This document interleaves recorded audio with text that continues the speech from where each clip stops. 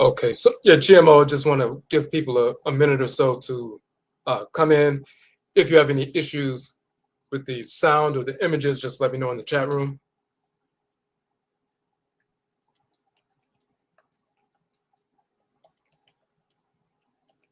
I'll put this link up right quick.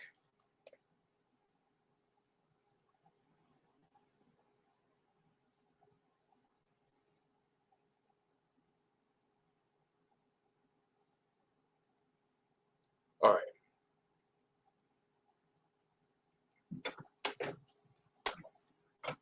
Okay, so your GMO greetings, yet I say once again, I am Odwirafo Kwesi Radnehempata Akan Odwirafo of Akwamamana Marukati Fimudi Akwamu Nation in North America within Ojiraman, the purified nation, Afurakani people, African Black people in the Western Hemisphere. So we wanted to do this part 2 to the first part of Ausar in Hoodoo, and we were talking about Ausar governing the snow and ice and hibernation and meditation and so forth. And we talked about him being the patron divinity of this time of year, this winter, the snow, the ice, and all of that. And how, just like in the cosmology of Awusi, of Ausar, when he's killed, he dies, he's mummified, he's resurrected, and so forth. You see the land in the Western Hemisphere, specifically the northern parts where snow and ice, all the leaves fall off the trees, everything dies and so forth, goes into a hibernation state, a torpor or a hibernation state, goes into that state, freezes, hardens, and so forth. And then there's a resurrection that takes place in the spring. We talked about how the grizzly bear, the black bear, and so forth, which becomes an achinebois, an animal totem for Awusi, for Ausar, as well as our set, on the feminine side and so forth. The black bear is that sacred animal totem. And let me show you this image once again, just so you can get the full visual of what we're talking about. Okay.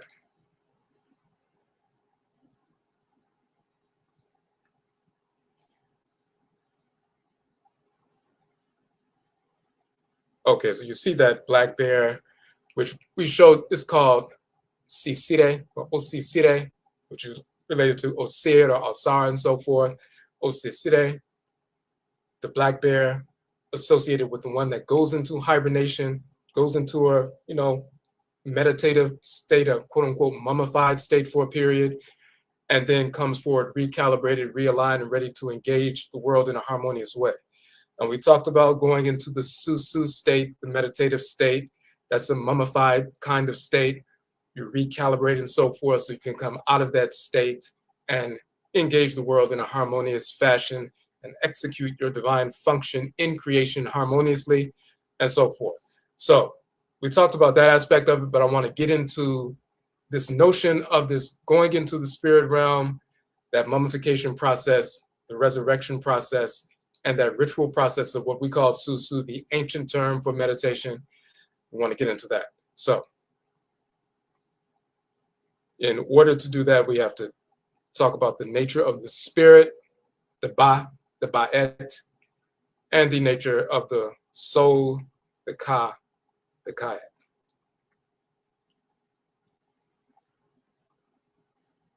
Okay, so you see the image we use for the, for the stream. Let me expand that a little bit.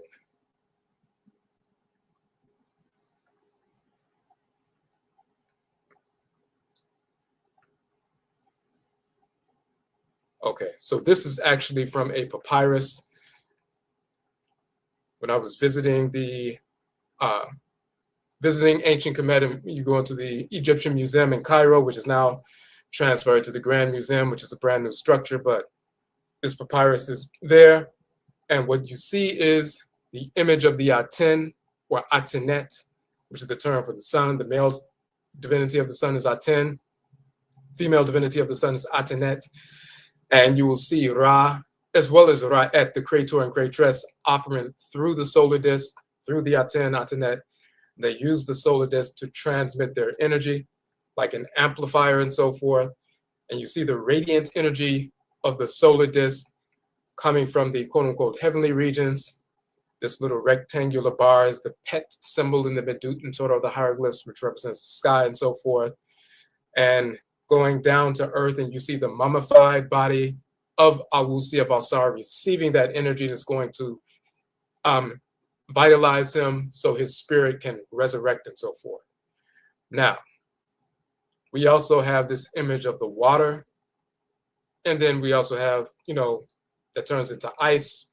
And eventually it turns into steam. So the water is like the life, and the ice, you become hardened or mummified, and the spirit is encased in that ice and so forth.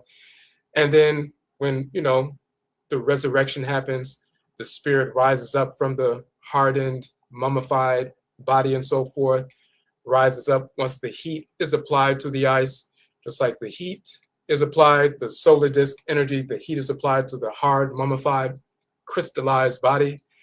Then the spirit rises up and so forth. You see the heat applied to the ice, and then this, the vapor rises up.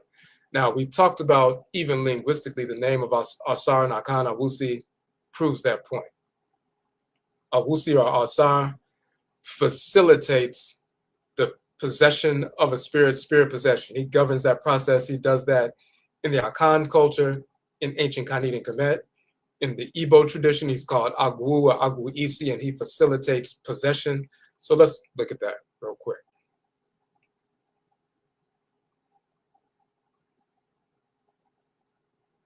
And this is directly related to, anytime we talk about cosmology, it's directly related to our spiritual cultivation, ritual practices, so we can benefit ourselves. All right. So we're going to go back to our book we touched on in the first part of this, the Akardin Bosom book, when we're talking about the deities of the solar, lunar, and planetary bodies that govern the 7-day week. In the Akan tradition, they are the same deities from ancient Kanit and Kemet, and we prove that in our book. Same deities that we invoke regularly in the Hoodoo tradition in North America. So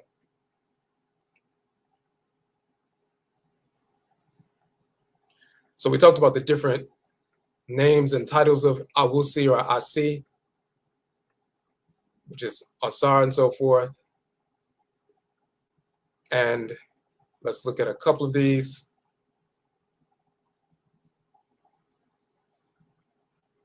So we talked about Asi, established, to institute, to establish, to stand, to be fixed, set in place the laws that govern creation and so forth, to lead, institute, arrange, institutional arrangement.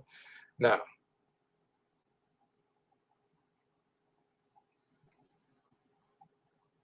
here's the important part right here. To descend, come, or get down. So see, like a seat, to set or to sit, or to seat somebody in place, to set something down, to lay down the law, to establish an institution, to set something fixed in place and so forth, set these laws in place. But see also means to descend, come, or get down, light, alight, and also to come down upon, take possession of. And it says, Obosom, Asi, no so, the deity, they say fetish, but the deity has come upon him. We say Asi, which is Awusi or Ausar, facilitates the descent, see, of a spirit, sunsum, in the process of spirit possession. When the Obosom, the deity or the Osamine, the ancestral spirit, takes possession of you via ritual, you and the community are led. The term see also means to lead in the proper direction. The spirit of the person possessed has been cleansed or restored. You see it says CACA, or washed, C, which is purification in this process. Moreover, the spine descends into the ilium, fusing as the sacrum, and the spine also ascends into the cervical neck vertebrae and so forth, and we talked about that. So let's go back up. The root of the name Asi or Asir, Awusi, Ayisi, Asiri, C, to stand, to be fixed, to sit in state, to place, to set, to rise, to come up, to step or set foot, to lead, to descend, come down, descend down into, to come down upon, take possession of, as in an Obosom, a deity possessing someone, to wash, to cleanse. So that entire process is delineated by the name of the divinity. Asi or Ausar, when he comes forward and possesses Si, descends upon Si, facilitates the possession Si, purifies this physical body through that spirit entering the physical body, that's purification Si, and then there's elevation and so forth. So his name in and of itself defines every aspect and phase of his function.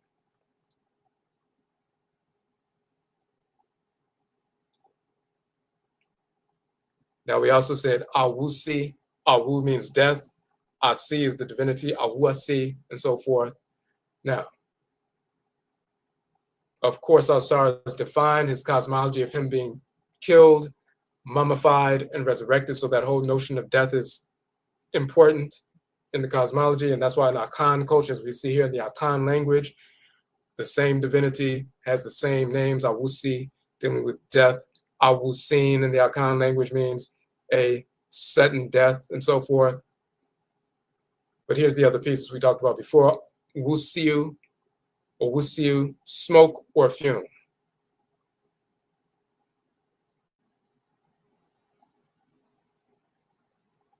And we say a related term in the tree language, wusi or wusiu, means smoke or steam.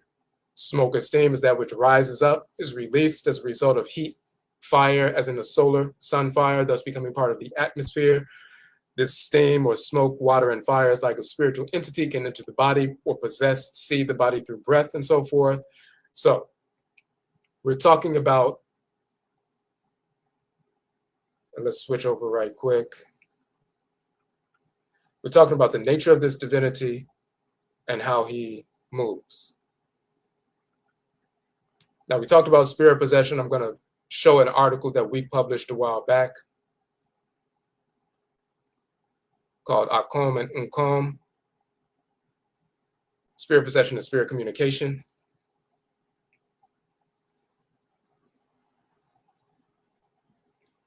And what you see here is the physical body of the deceased individual and the Ba, the spirit, flying up out of the physical body, taking the form of a bird with the human head of the individual who the spirit belongs to and so forth. So the spirit, the divine living energy, the life force energy, that solar force that animates you, that permeates your entire being and so forth. In ancient Kemet, that spirit is called Ba for males, Ba-et for females, that's the spirit. The divine living energy is surging through you, just like solar energy is permeating your entire being and you're full of solar heat and fire. The life force energy is within that solar heat and fire, and it is called Ba for males, Ba-et for females. On the other hand, the term for divine consciousness, the divinity that governs the head, is Ka, which is soul, and Ka-et for females, that's soul. So the Ka, or Ka-et, is the soul, the divine consciousness. The Ba-et is the spirit, the divine living energy. That energy that you can direct. You can direct portions of that, like a martial artist can direct that life force energy to their hands to break a board. You can direct that energy to your different organs to help a healing process or facilitate or strengthen the healing process and so forth, a number of different things. So it is this spirit, this divine living energy, that when we invoke that force within us, we build a bridge of life force energy from us to a divinity, and then spirit possession can happen. From us to an ancestral spirit, there's a crossing between that bridge of energy, just like a solar beam and so forth, and that spirit possession can happen as well. Now,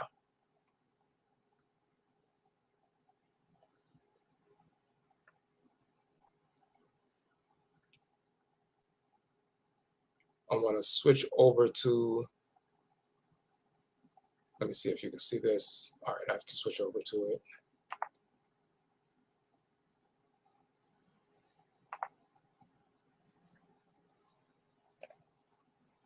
Okay, let me make sure you can see it on the screen. All right.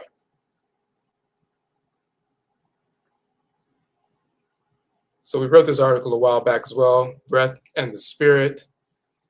And we were talking about the divinity Nekebet, who's called Abba and Akan, and the respiratory system, but we also talk about the Ba and Ba-et. Now, They will show Nekabeta's sacred symbol as the great vulture and so forth, and she governs the respiratory system. And you see the breast and wings of the great vulture. In the body is the heart and the folded down wings, which are the lungs of the, respiratory system and so forth. And when the wings of the bird expand and contract, your lungs are expanding and contracting like the wings, and the heart is the breast and so forth. But just like you have air, and within the air is the solar fire energy that you breathe in, the same thing takes place here. Within the air of that great symbolic vulture within in your body. If you scroll down,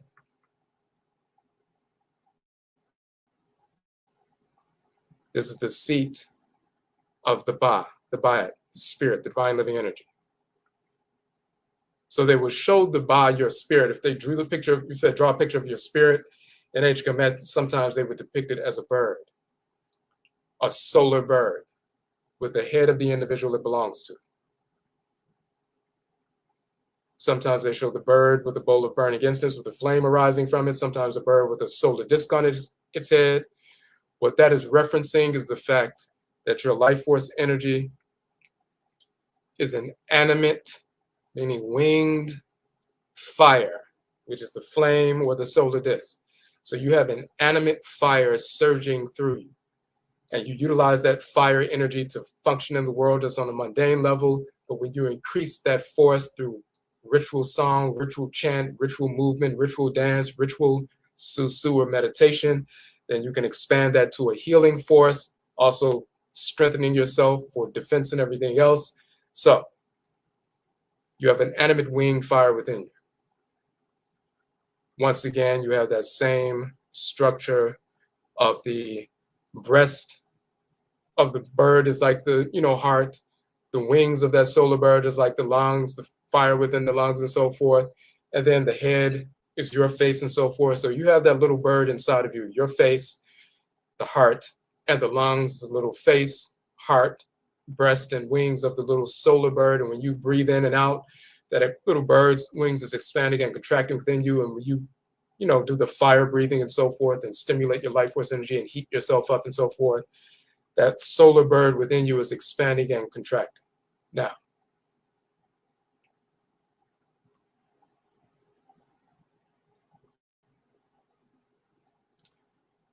and here's a representation of that on the masculine side.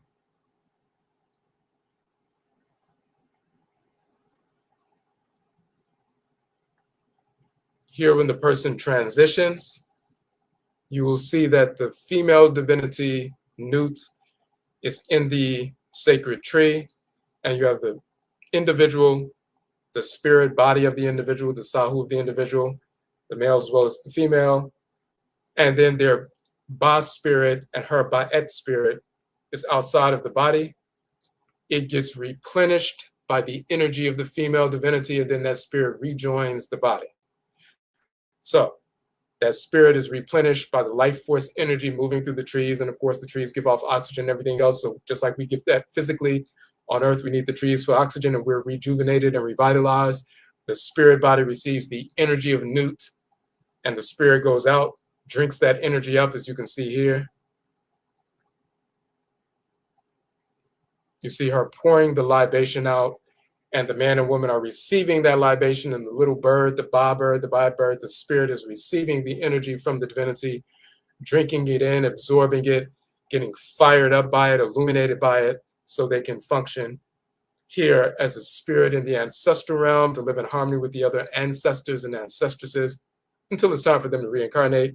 But for us here in the world, when we do ritual, when we do susuw meditation and we invoke a divinity, we do pour libation and invoke an Obosom, Orisha, Vodou, and so forth, engage in ritual chant, ritual prayer, ritual dance to invoke these spirits and provoke their energy, and then their response is a dispensation of energy that they release so we can absorb that and so forth. That's what's taking place here.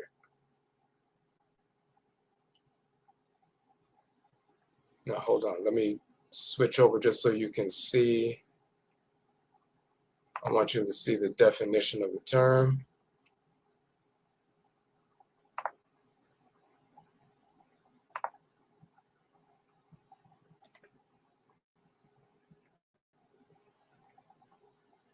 Okay. So in another article, we published the definition of Ba and Bayat, and we show that it's the same word in the Akan language as well. But this is the notion of when you invoke that spirit within you, for us, that spirit is a divinity. It's not just air or life force energy or fire. That's the most dense aspect of it. But for us, it's a male divinity if you're male, a female divinity if you're female, that takes up a residence within you. And we can communicate with that force and expand its energy within us. That is for Black people exclusively. That's always been the case. The whites and offspring will just say, well, this is just chi or energy or electromagnetic energy moving through the body. That's what they have. We have that as well. But in addition to that, we have a spiritual force that dwells within us that we have the capacity to communicate with. Now,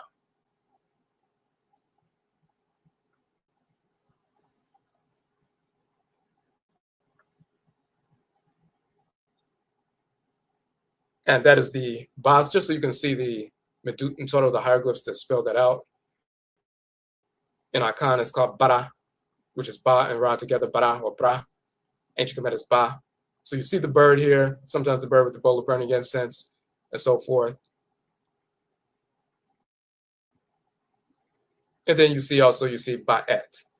And the whites and offspring misdefine it as soul, but it's actually spirit. And the term Ka, as we said before, Ka and Ka'et is the soul.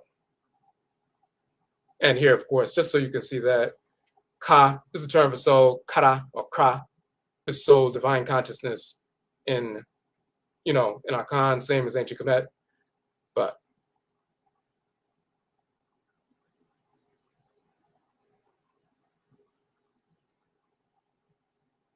so here's the key right here. So let me go back to the imagery so you can see the direct connection between these linguistic terms and that cosmology.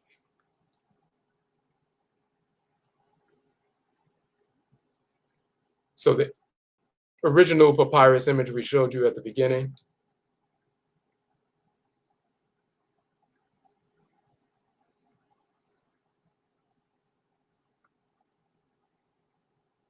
this image of the solar disk that is a sanctuary of Ra and Rait, a shrine for Ra and Rait, is sending the life force energy to the mummified body, but also for us, when we engage in ritual susuw meditation, we invoke Ra and Rait to stimulate our Ba or Bayat. We become empowered, vitalized, rejuvenated, and so forth. And then we redirect our conscious focus to execute our function in the world, clear up any misguided discrepancies or misguided thoughts, intentions, and actions, and purify that, burn up those impurities and so forth by expanding that fire so that we can make proper decisions, avoid wrong decisions, engage in the proper behavior, eradicate negative behavior, and so forth. But we do that by invoking the force that vitalizes us, but also burns away impurities. And when you see that fire energy going into the, mummified space, of course, that's after death, but even when you're in the meditative state, whether you're sitting and meditating or you're laying down and meditating and so forth, when you invoke Ra and Rait, this image that you see is actually what's taking place. Now, for those who are unfamiliar, when we talk about the Creator and Creatress, Ra and Rait, and they go by various names in Afro-Akani cultures. Let me show you that.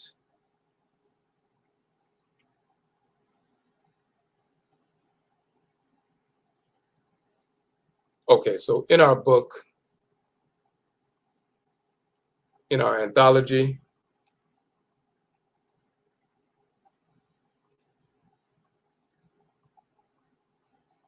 hold on a second.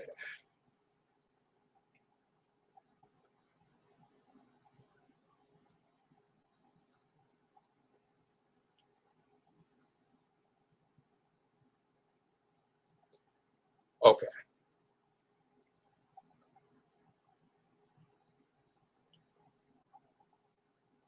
So in our book, Afro-Akani, The Origin of the Term Africa, it's one of the books in our 600-page anthology that we just released a number of months ago.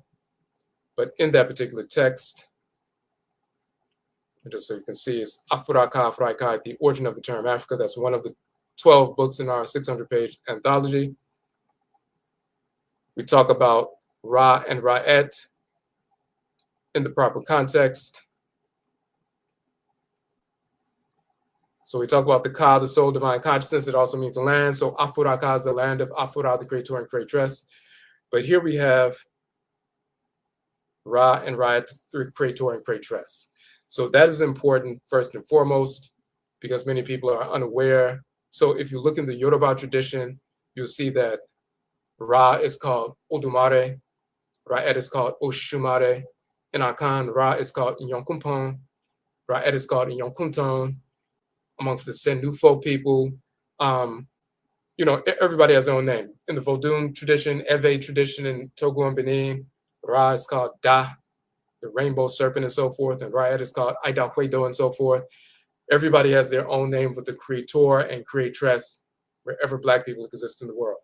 So what's important here is when Ra is moving through and Rait moving through creation, they are Ra and Rait. When that divine living energy penetrates matter, whether it's your physical body or the body of earth, when that life force energy gets inside of matter and it vitalizes matter and so forth, they take on different titles.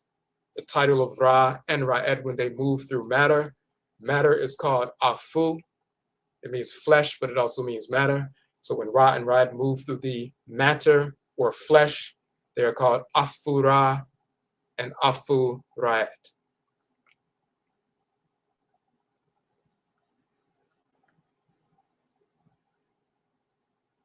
So you see the term Af here means flesh, meat, joint, a member. Afu is plural and so forth. But it also means house or place of residence. This is Ra seated in the solar boat, in the solar disk, sailing across the sky for the 12 hours of the day. And he's in the boat of the Aten of the sun and so forth, and using the sun to amplify his energy. But when he moves into matter, his image changes. He gets in the boat of the underworld when the sun sets in the west and goes into the underworld and so forth, the black sun and so forth. He switches from a falcon, an avian animal, to a land animal, a flat-horned ram. That's his sacred animal totem. As you can see here, when he's sailing in the underworld for the 12 hours of the night, and he is called Afu Ra, from the tomb of Ramesu I, and from the tomb of Seti. When I was in the tomb of Seti in Kemet and I took this picture.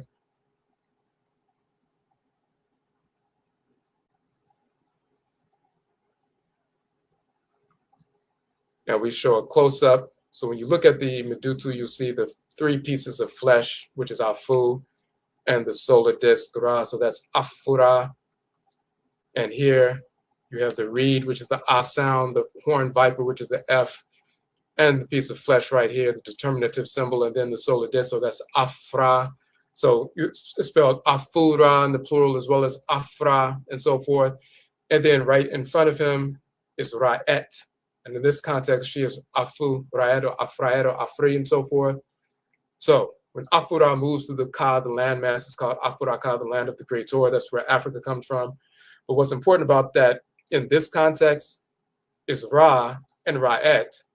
They are the Creator and Creatress. They are the great spirit, the divine living energy that permeates all of creation and all created entities. They are the divine life force energy of all naturally created entities. They are the great Ba and the great Baet, the great spirit.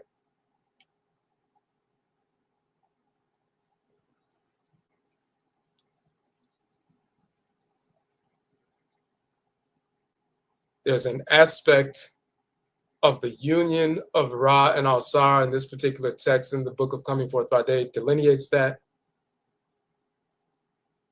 There's a meeting of Ra and Ausar in the region of Jeju in the underworld and so forth. And then they embrace one another and they start working together like 2 people getting in the same vehicle. And one is directing the driver and so forth. At first, maybe it was just you in your car and you're driving somewhere. Then an elder gets in the car with you and directs you. You're still driving, but they direct you, okay, this is the way you need to go. So what happens is you have Ausar, the mummified body, and you have Afura, and then they fuse together the great Ba, which is Afura, and Ausar operating as the Ka, and they fuse together, and you see Afura and Ausar as Ka Hetep working together. The upper half, the flat horn ram with the solar disk, the fire, light, energy, and so forth, is Ra or Afura, and the lower half is Ausar. This is from the tomb of Nefertari.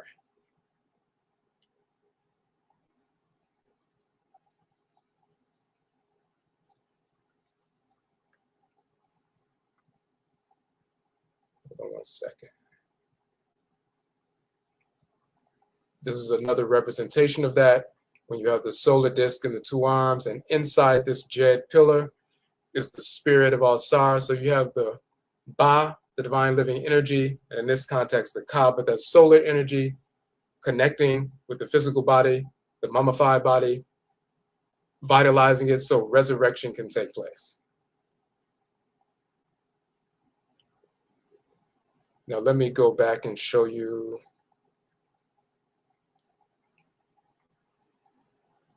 that resurrection aspect that we showed in our previous book, and that will bring it all together.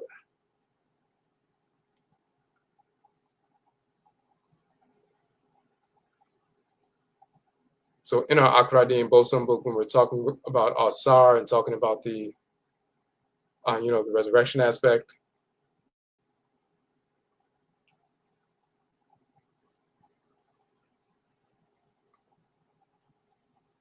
we just showed the image of Ausar and his, inside the jed pillar, which represents the backbone and so forth.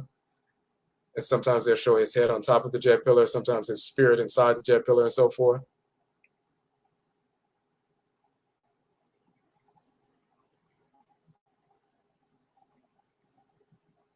That was the union of Ra and Ausar once again, but here's the key piece.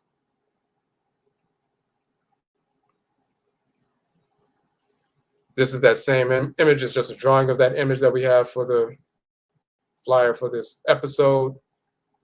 In Akan, it's Owusore, which means death rises up, a resurrection. But here's what we have, that solar disk radiating its energy, penetrating the mummified body. So when we go into susuw meditation, and we'll talk about our susuw meditation instructor certification course, but when we engage the ritual process of susuw and we go into meditation, we invoke the Ba within us. You saw the little bird. It's a symbolic representation, but before you incarnate into the world, you were an ancestor or an ancestress. You were in the spirit realm. You were living amongst your ancestresses and ancestors and so forth. Before you ascend into the womb of your descendants, say your great-great-great-great-great-great-granddaughter grew up and she got married and so forth, it's time for you to return to the world. So her and her husband copulate, they generate that energy, and they draw your spirit into the womb, and you're back in the womb for the first time and born in the world 40 weeks later for the first time in 200 years. But you were an ancient ancestor, ancestress, before that process took place, before you were drawn into the womb. We are drawn up to the Great Mother and the Great Father, Supreme Being. And let's show an image of them. You need to see that.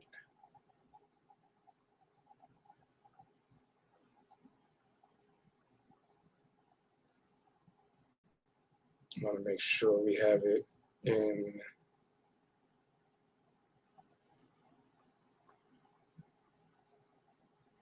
I want to show you a specific image of that. In fact, let me switch over right quick. I want you to see the specific image I was talking about. We have a number of different images, but I want you to see a specific one. The Great Mother and Great Father, Supreme Being, your spirit is drawn up to the Great Mother, Great Father, Supreme Being. You're infused with a Ka, a soul, a divine consciousness, a deity governing the head region. But you're also assigned a Ba. Hold on a second. Or Ba'at. And that spirit dwells with you throughout the course of your life. And then when you transition, as we saw the Ba spirit flying above the mummified body and so forth, the bird rising out, just like the steam rising from the ice and so forth, the hardened mummified ice, the steam rises up and so forth. That bird flies up, gets nourished by Nut, the great mother divinity. If you lived in harmony with order, that spirit bird rejoins your spirit body, livens it up, illuminates it, vitalizes it, and so forth. And you live as an ancestor or an ancestress in the ancestral realm for the next 100, 200 years and so forth until it's time for you to come back via Bebra, which is the Akan term for reincarnation. But just want you to see this image.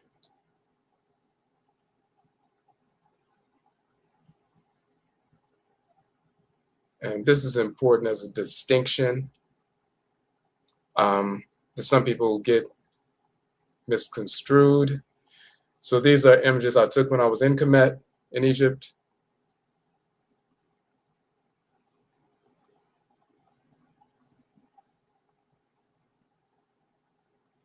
So this is Amen and Amenet. Amen is the great father, supreme being on the masculine side. Amenet is the great mother. Here's another image of them standing side by side. Amen, the great mother, great father. Amenet, the great mother. They are two halves of the divine whole called the supreme being. The divine living energy circulating within the great divine body of Amen and Amenet is Ra and Rait. So Ra and Rait are the creator and creatress. Amen and Amenet are the supreme being. Ra and Rait are the grandchildren of the supreme being. The creator and the creatress are the grandchildren of the supreme being. The mother and father of Ra and Rait is Nun and Nanet. And then the mother and father of Nun and Nanet is Amen and Amenet. There's a pedigree that we're talking about. So if someone says Ra is the creator of the universe and he's a supreme being, totally inaccurate. First of all, there's a creatress. It's misogynistic to focus on the male divinity and don't even know the female divinity exists. Ra is the male divinity, Rait is the female divinity, Ra is the creator, Rait is the creatress, but they are grandchildren of Amen and Amenet. In Akan, Amen is called Nyame, and Amenet is called Nyamewa. In Yoruba, Amen is called Olorun, Amenet is called Olokun.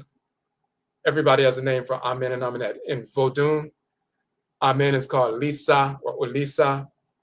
Amenet is called Mawu, the great mother, and so forth. So, but this is what we're talking about. So you're drawn up to, before you incarnate into the world, you're drawn up to Amen and Amenet.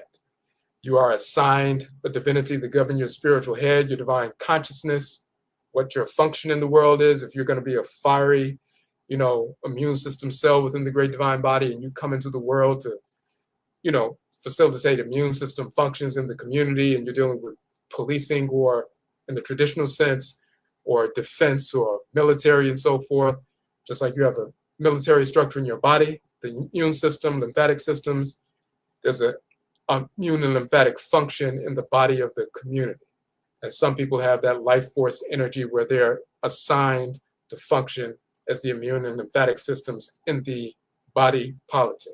So some people are drawn to that. Some people are children of Akua, and they're naturally inclined towards healing, using mineral life and plant life to heal people and so forth. And they study the properties, the healing properties of plant life and mineral life, and that's what their life is dedicated towards. Just like your kidneys filter out impurities and balance the fluids in the body and balance the minerals in the body and facilitate a healing process and so forth. People are children of that divinity that governs the kidneys, which is Akua. They come into the world and they seek to balance the mineral and fluid balance within the community, and they are healers and healeresses. So whatever your function is, you're assigned a divinity that governs your head. That's your Ka, your soul, your divine consciousness. You're also assigned a force in nature, a Ba or Bayat, a spirit that comes and takes up a residence within you. It is a child of Ra and Rait. That force you can communicate with, facilitating spiritual communication, just like a form of spirit possession, so you can expand and contract that energy and use it to your best benefit. Now,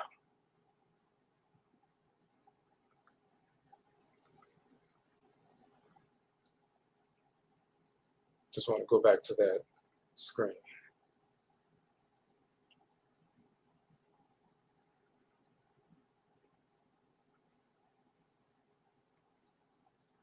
Okay.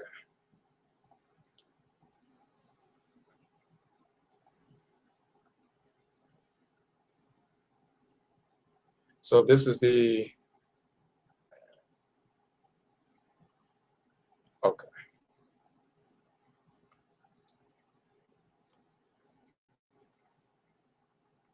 So you have that notion of after transition, Ausar, Awusi, Asi, purifies the death process, Awusi, purifies the funerary ritual process, Ayisi. And then you see his son, Heru, putting the hand up here, and then the resurrection is taking place. Another form of that resurrection is showing that the Ba spirit is rising up, just like the steam rising up from the body. When we engage the susuw practice or meditative practice, it is a reflection of this operation right here. Where if you're laying flat or you're sitting and so forth, and you're not moving, your eyes are closed and so forth, that's akin to the death state. Eyes are closed, you don't see anything, hear anything, there's no sound, no movement, no imagery and so forth, but you're engaging internally. So when you invoke the ritual meditation, you facilitate a communication with the divinities, the forces in nature that govern you, or your ancestresses and ancestors, and then you cause that Ba to awaken. You can cause that bird to expand its energy within you, expand your life force energy within you, not just to heat yourself up, but to build a bridge of energy from you to that force in nature. And then there's a communication via that bridge. We always use the example of an infant. When an infant cries, they release sound vibrations. Those sound vibrations move through space, hit the eardrums of the mother. She responds and comes over to the infant and dispenses life-giving milk for nutrients for the child and to immunize the child and everything else. And the child is a small being, and they see this great being coming to them to release, this nourishing fluid when they invoke them. That's a ritual prayer. And we're doing the same thing. Our sound vibrations, when they're properly directed in our ancestral languages, move through space, creation, provoke the spirit and energy of a force in nature or an ancestor or ancestress, and that ritual provocation causes them in a feedback mechanism to dispense life force energy to us, to replenish our own life force energy, to recalibrate us. Spirit possession can happen, spirit communication can happen, realignment can happen, recalibration can happen, so we're back in alignment with divine order, so we can see clearly, make the proper decisions, get away from negative decisions, engage in proper behavior, eradicate negative behavior, addictions or bad habits and so forth, and engage the world in a harmonious, orderly fashion.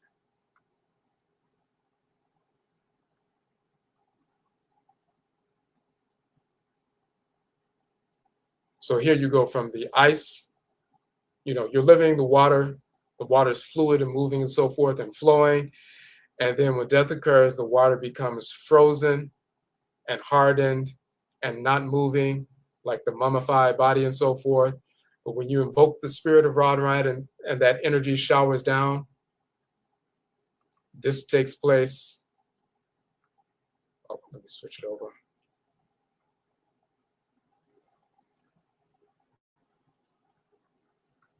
The solar energy begins to, quote unquote, melt the ice. And then the steam rises up or the spirit rises up and so forth. And your spirit is, has vitality and agility and so forth. And then you can utilize that energy to recalibrate yourself, purify yourself, heal yourself, and get yourself back on track with divine order. That happens in the after-death state. That happens in the ritual meditative state. You're invoking your own Ba initially to expand that energy, facilitate a direct energy connection with a deity or an ancestral spirit, and then you have that exchange. Okay. Now, let me know if there are any questions on that. What we are doing is, when you see this image here, let me pull this up for you. Tomorrow morning at 11 a.m., we're having our part 4 of our group healing ritual. Presentation first, then the susuw, the meditative session. So let me show you this real quick.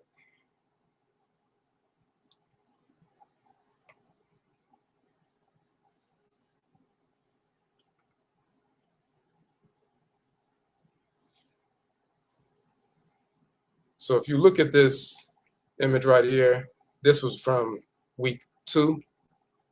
It says Ucha Afu, the second Ba of Ra. So what do we mean by that? And in fact, let me give you another image right quick. We have one Ba, we have one spirit. For females, it's a Ba'et, a spirit.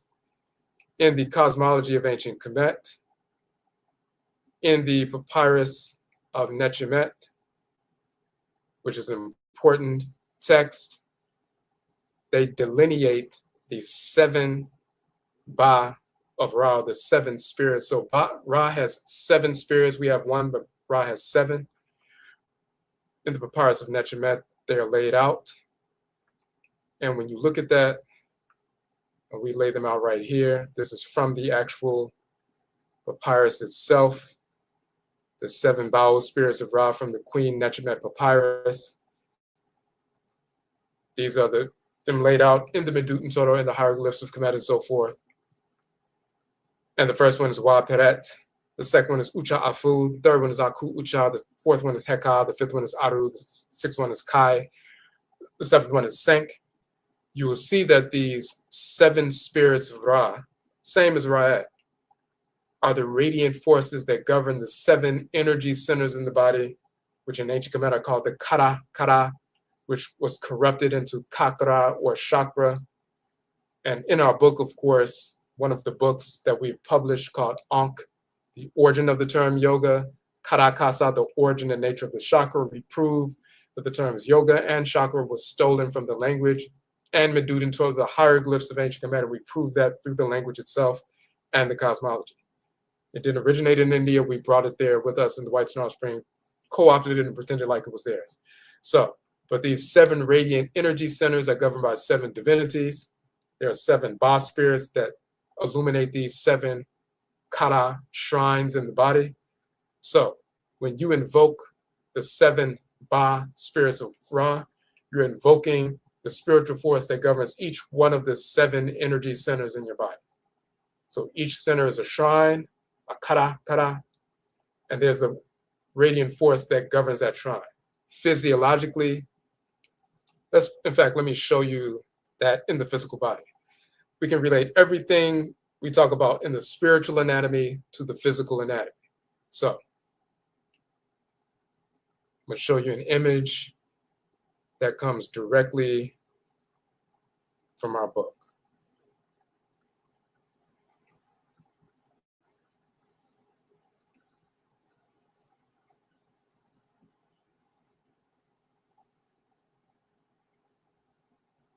And in fact, hold on.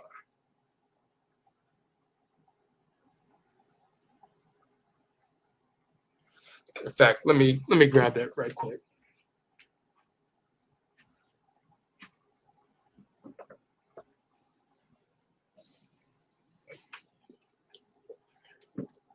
So this is the book, my 600-page book. It's 8.5 by 11. It's full color. It's an encyclopedia-sized volume. And you look on the back.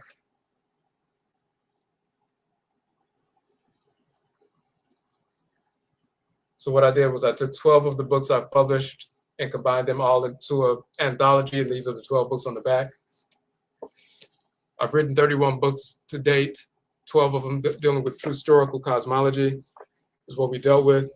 But one of them is this book, Ankh, the origin of the term yoga, Karakasa, origin, nature of the chakra. So I'm going to show you that, a portion of that from the ebook version here.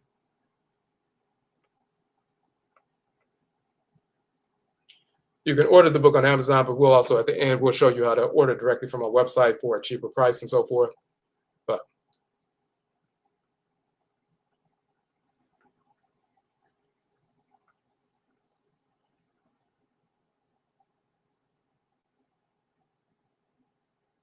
Okay.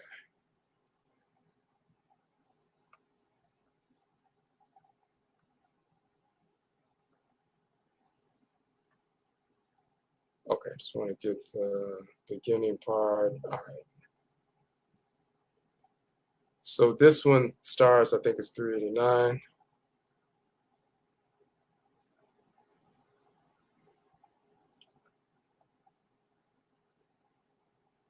Okay. So just so you can see the imagery. Okay, so this is the front cover of the book. Starts on page 379 within the 600-page volume. As you can see, it's Ankh, the origin of the term yoga, karakasa, origin and nature of the chakra. So it's in 2 sections.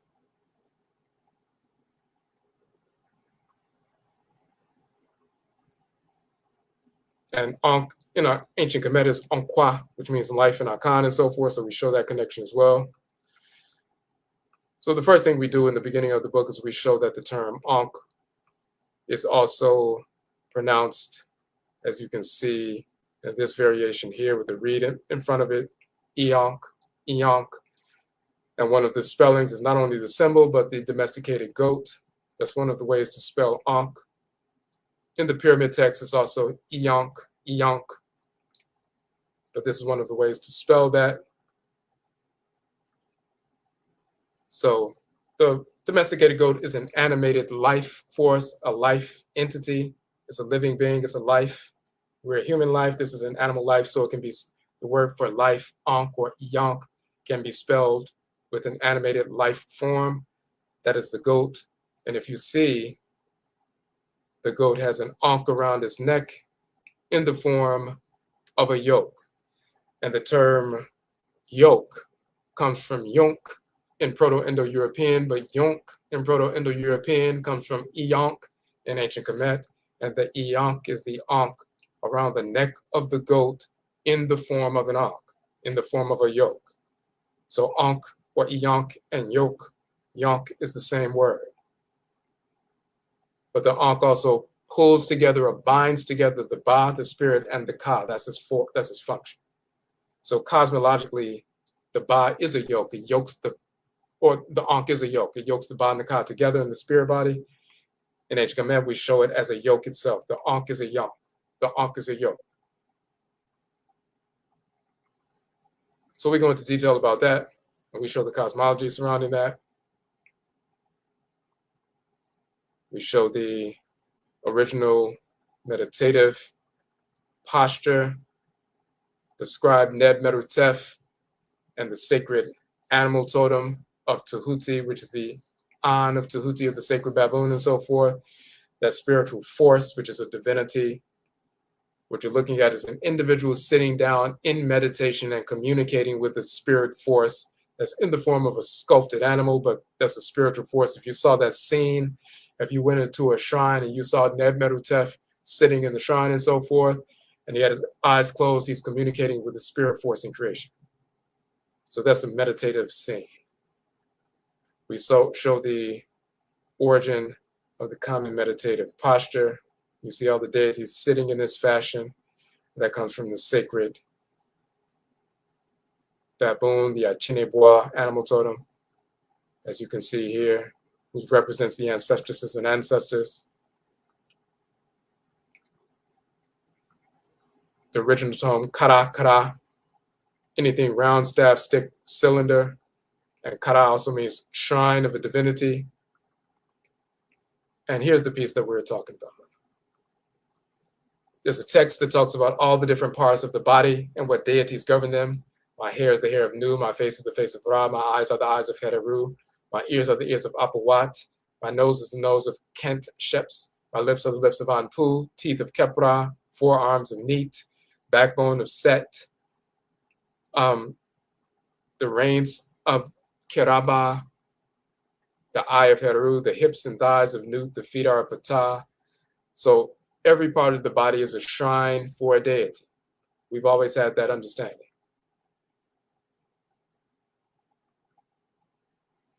And then we get into the notion of the kasu, which means backbone, vertebrae, spine. but there are also 7 kasu, who are the 7 deities who assisted at the judgment and condemnation of the wicked. And those 7 kasu govern the 7 kasu portions of the vertebrae spine. Here you have the nerve ganglia, the 7 positions and so forth. Physiologically, when the energy is moving through these nerve endings, these bunches of nerve endings, it's generating an electromagnetic field and so forth in 7 different parts of the body. And you have certain glands and organs that are in those positions as well. But these are physiological shrines for the deities, for Black people. They're empty shrines for the whites and their offspring. But for us, they are shrines, just like you set up a shrine in your house, you set up a sculpture in a bowl, put some water, you pull libation, and you draw the spirit of a deity to come and take up residence there. Just like you set up a chair and a table and some food, and your grandparent comes and sits down and communes with you, and then they leave. We can set up a shrine and ask the divinities to come, and they will take up residence or possess that space temporarily to communicate with us and dispense their energy to us and recalibrate us and rejuvenate us and replenish us and so forth and realign us. They do the same thing within the shrines of our spirit body. The whites and offspring can't invoke them, so they just have empty shrines, like empty bowls. But when we invoke them through these shrines, then they possess, stimulate that shrine within us, we communicate with them and so forth. So the 7 Ba of Ra, the 7 spirits of Ra, occupy these 7 different shrine areas. They are the vital force within these shrine areas. And then you have the 7, different Ka spirits that are the consciousness and, specific delineated consciousness of these areas and what their roles are.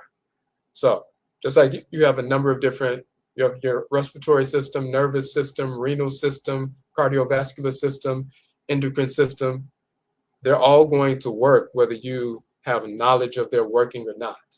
But when you're intelligent and mature, you start learning and studying, what does the circulatory system do? What does the respiratory system do? What does the integumentary system do? What does the endocrine system do? Because when you have a problem, then you can pinpoint where the problem is and you can correct it through medicine and so forth. But if you're like a little baby, you don't know anything about that, the system is running fine. And if you have a problem, somebody with experience has to help you. Same thing with the spirit body. You don't need to know the different parts of the spirit body and the different 7 major regions and so forth and what divinity governs which. You don't have to know that in order for you to live in the world and so forth. But when we become mature, it's our responsibility to investigate and understand who we are. Because when disorder manifests, we need to find out how to realign ourselves with order. And there's some deficit in one of these centers, just like if you have a deficit in your liver or deficit in your pancreas or your spleen or your kidneys and so forth, and you need to restore that, to balance and so forth, you need to investigate. When we're intelligent and mature, we investigate and we learn our spiritual anatomy so we can function in the world harmoniously. And when we make mistakes or we get off track, we can restore ourselves. So the 7 Ba of Ra take up residence in these 7 centers, and we're doing a 7-part series on the 7 Ba of Ra. It's every Sunday for Afro-Akani people, African Black people only. This week, tomorrow, every Sunday at 11 a.m. Eastern. Tomorrow we're going to do part 4. If you missed, so you can still register if you missed parts 1, 2, and 3. So we do the lecture on that specific Ba of the week, and then we do a meditative session. And then we have a discussion afterwards. So if you missed parts 1, 2, and 3, when you register, we will send you the archives of parts 1, 2, and 3. And you don't have to listen to all of them before tomorrow, because you'll learn about each one as it goes. Just like if we were teaching about 7 different regions of the body, and we taught about the kidneys one day and the heart the next day and the spleen the next day. You can jump right in, and if we're talking about the heart, we're going to be talking about the heart-lung complex tomorrow and the divinity Heka, who governs that 4th Ba of Ra and so forth. You can jump in right there and learn about that. You can engage the ritual process, but you will also get the archives, the videos, and the meditative ritual piece from the previous 3 weeks. But let me take you to that page. So if you want to register for that, you can register for that now. This is the site right here. And I'm going to take you to the site right quick.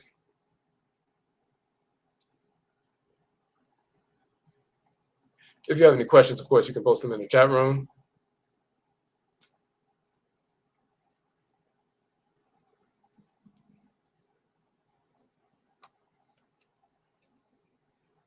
We just wanted to, give some more detail into the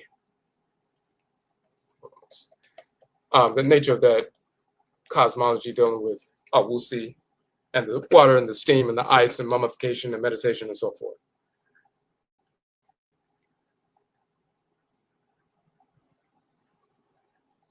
Okay, so when you click on this Odwirafo.square.site,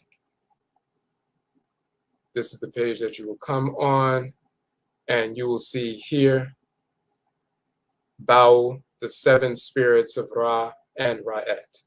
And you'll see here we have one of our book downloads. The book downloads are free book downloads. These are the 7 Bao of Ra. When you click on that one, you'll see what the details are. And it's talking about manifestation.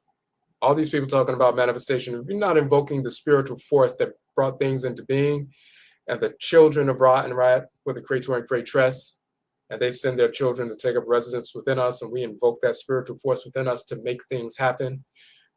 That's what manifestation is. It's not just, I want a car or a chain, I'm going to do some ritual to quote unquote manifest it. That's silly, and that's not what manifestation is. For us, we find out what's in harmony with divine order.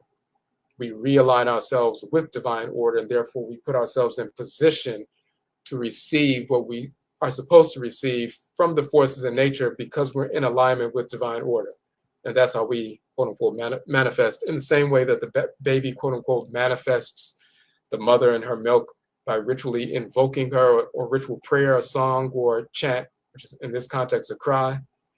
But because the baby is operating in harmony with natural order, it's time for the baby to receive the milk and nourishment, releases the sound vibrations, provokes the energy of the great being, which is the mother, which is the supreme being, to the baby, and the supreme being comes and dispenses that energy and fluid and so forth to empower and vitalize and immunize the child. We do the same thing. We engage in ritual invocation, provoke the spirit of the forces in nature of the ancestral spirits. We put ourselves in position to receive that if we're in harmony with divine order only, and then we receive what we need to receive, and that's how we manifest what we need in our lives. So manifestation is about invoking literally the children of Ra and Rait, the divine living spirit force within you, doing it in harmony with order so you can get what you need to get.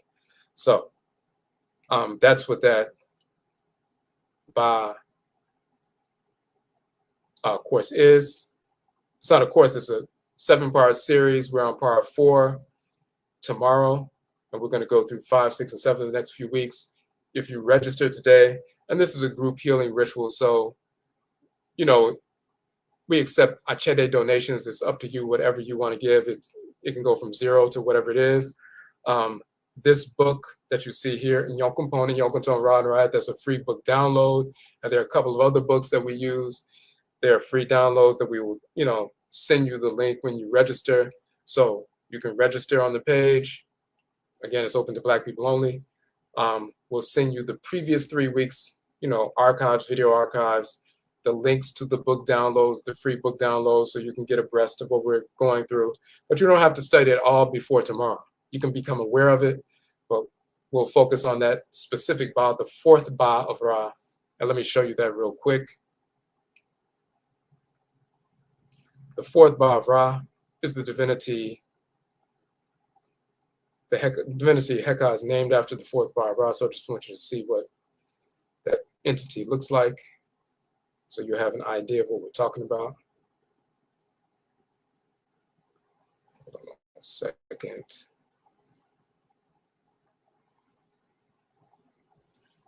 And as you can see, each one has a name, and we'll show you on our page, as a matter of fact. Hold on a second.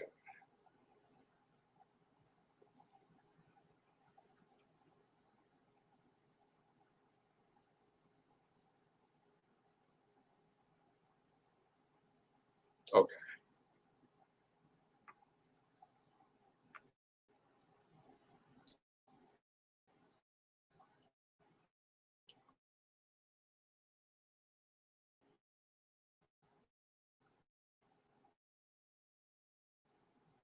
Okay, so this is taking a minute to load. All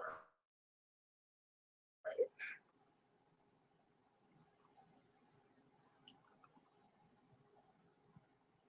So we said the fourth Ba of Ra. When you look in this list, you'll see the names of the 7 Ba spirits of Ra.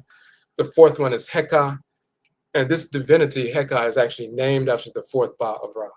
So in the heart, lung region, you know, that sacred space, the Ba of Ra that takes up residence in that space is called Heka. So when we engage in ritual provocation through the ancestral language and invoke the name of the deity, Heka, and that spiritual force, Heka, it's those sound vibrations stimulate that shrine, help you get in alignment with order with regard to that shrine so you can receive the fullness of the energy that circulates through that shrine and so forth in your body.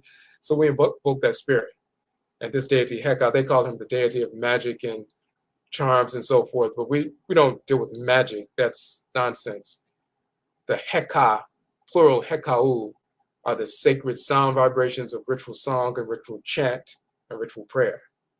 Whites and incantation. The whites and offspring will say magic, but that's nonsense. When we invoke the spirit, like the baby is not practicing magic when the baby releases sound vibrations and provokes the energy of a great being to come and empower the child. That's not magic. That's reality. And when we release sound vibrations, provoke the energy of a force in nature, and that force responds to us and replenishes us, that's not magic. That's just reality of what Black people have the capacity to do.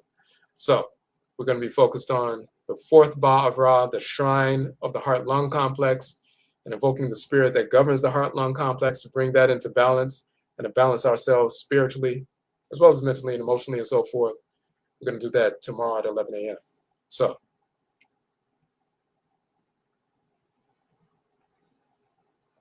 when you look at that page, let me just go back real quick.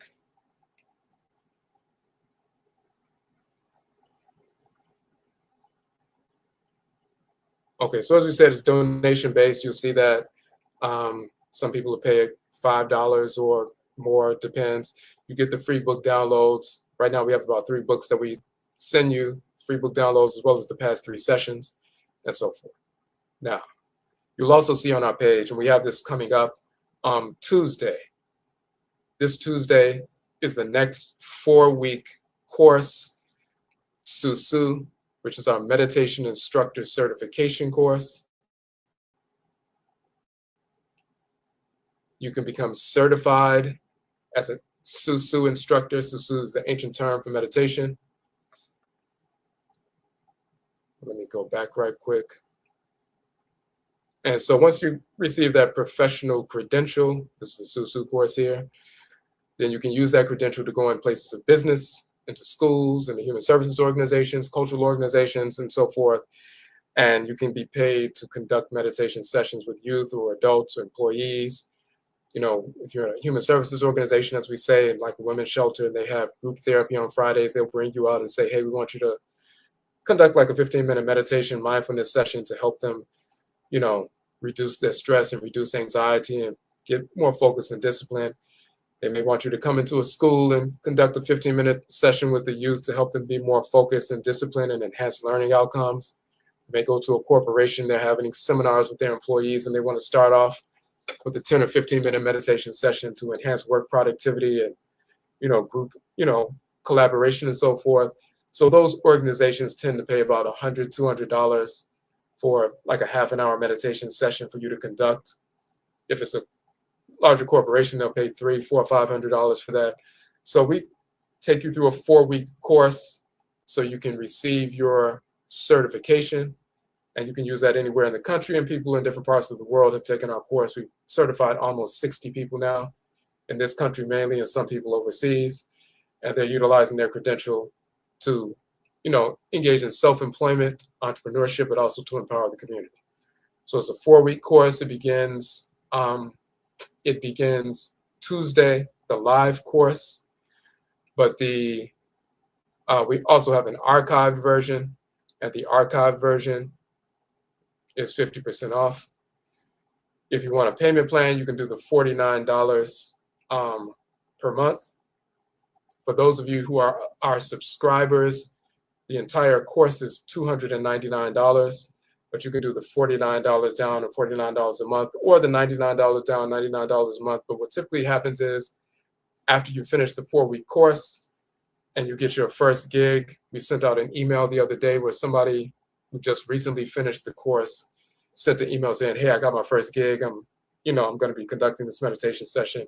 Typically between $100 and $200 people will pay you for a session. So your first, gig, say you're doing something for some youth at a school function and so forth, they pay you $200. You pay for almost 2/3 of your class.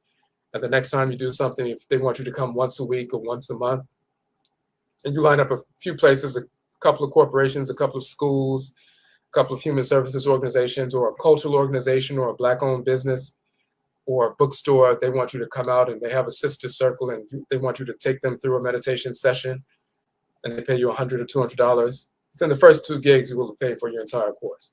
So that's why we have our prices affordable. We see other people charging $1,500, $2,000, $3,000 to certify people in meditation instruction, and they're actually teaching misinformed information.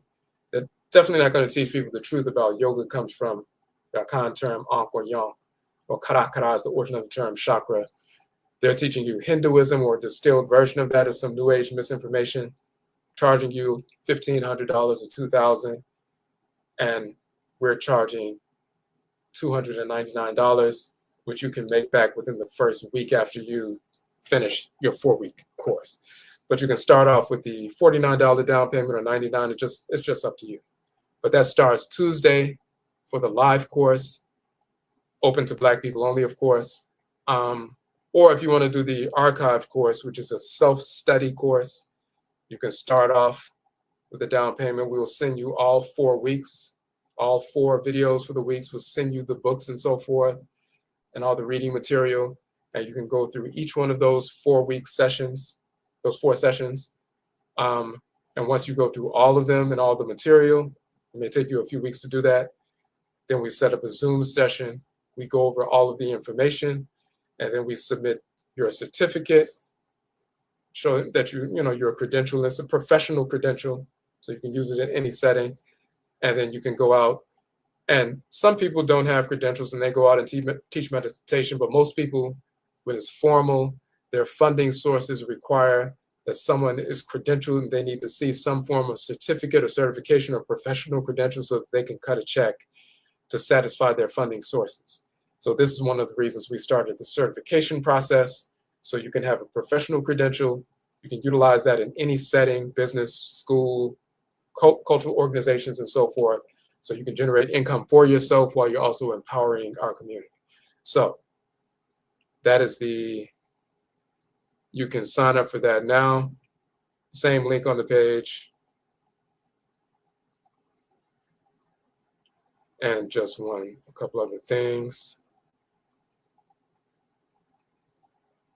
This is the book we were talking about. You can order the book here. And one thing so this is the 600-page book, as we said, full color, 8.5 by 11.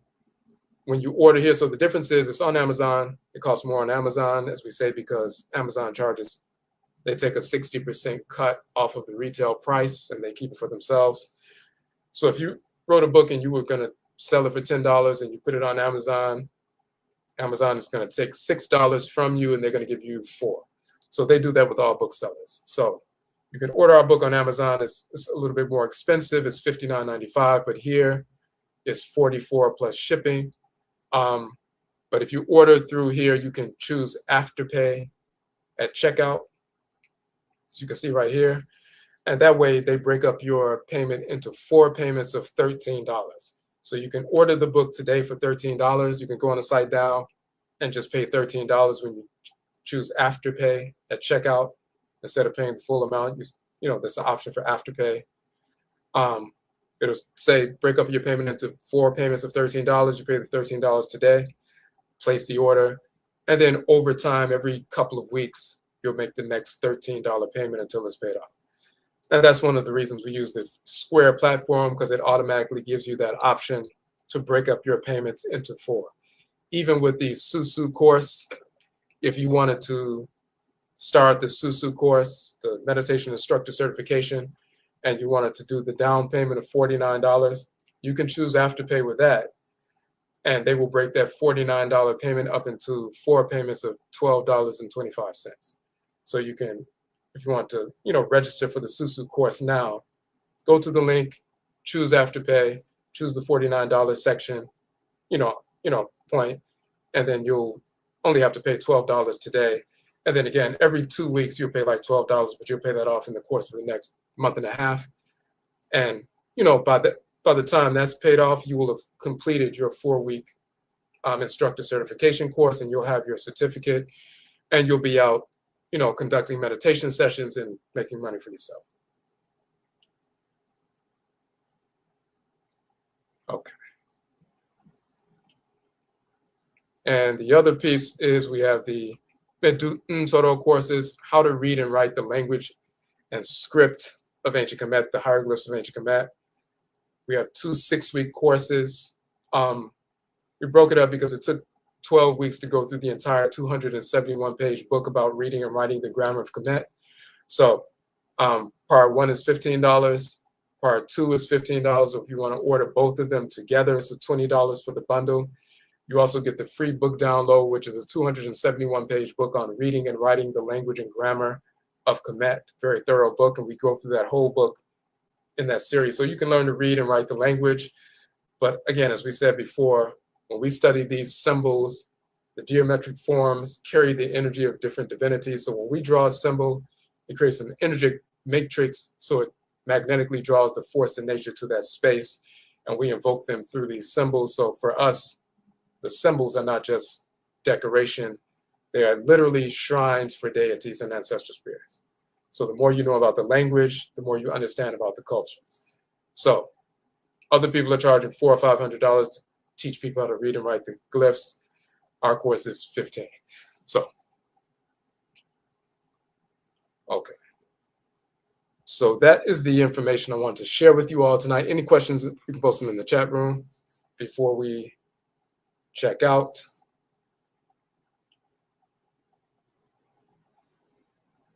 Okay.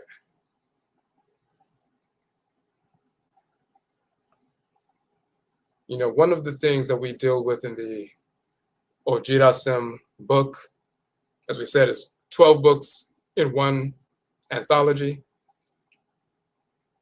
In the first or the second book in the anthology, we're talking about how the character Jesus is a fictional character who was manufactured. The character Muhammad is a fictional character, a fictional cartoon character who never existed, who was manufactured. Allah is a fictional character. Yahweh is a fictional character. Buddha is a fictional character. Abraham, Isaac, Ishmael, Solomon, Sheba, Menelik, David, Moses, Aaron, all of these are fictional characters. So we go into detail about that in the cosmology of creation and the nature of the spiritual anatomy of Afro-Rakani people. We have our other book, Rekit Hinasperet, the etymology and cosmology, the origin of the terms religion and spirit, rooted in the language, and Medutu, the hieroglyphs of ancient Kemet. We have Ankh, the origin of the term yoga, Karakasa, the origin and nature of the chakra. So we have a number of different books. The Kokobo book, where we show the divine prohibition against dissexuality, homosexuality in ancient Kemet, in the text of ancient Kemet, and the cosmological foundation for why we're totally against that self-destructive, sexually deviant practice laid out in the text of Kemet and so forth. So a number of different things, and it's all proven, great deal of research, and so forth. So when you check that book out, you'll see the list of the books that it contains. All right. Yet I'll say to the individual, somebody just purchased the book a couple of hours ago. She had already seen the video and seen some of the other information. She's really excited about that. And a couple of days ago, a couple of people purchased. So yet I'll say we thank those of you who were on YouTube, saw our videos, and went directly to the book to support the work we're doing. But this is groundbreaking work. and those who signed up for the susuw meditation course recently, Yedase as well. So if you have any questions about any of the information we put forward, reach out to us here on YouTube or on social media and so forth. It's Odwirafo, and we can rectify that. So again, Yedase, we thank you for tuning in, and Yabeshabio, we will meet again.